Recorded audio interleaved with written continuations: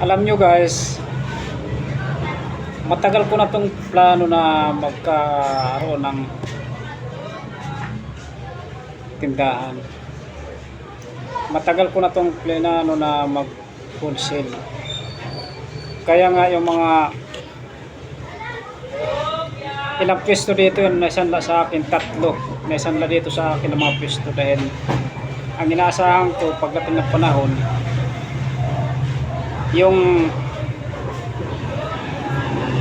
ibibigay nila sa akin pag hindi na nila mabayaran. Pero anong nangyari? Wala. Apaw. Mga pagkakasanla sa akin, tinatakasan ako. Yung iba naman nakikiusap na kahit may mga kasulatan, mayroong mga testigo. Pero ayaw ko kasi ng akong tao na hindi ko gala yung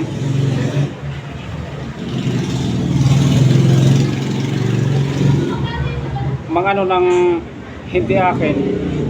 Hindi ko gali yung mindset ko na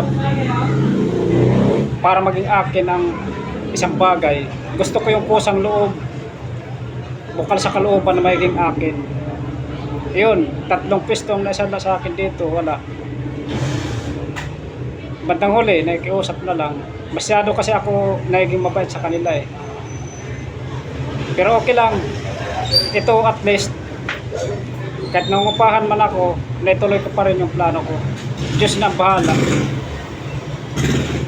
Yan lang ang mindset ko. Positive.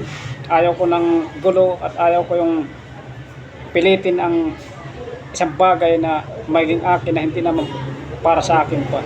Yun ang ipagmamalaki ko sa sarili ko na hindi ko gali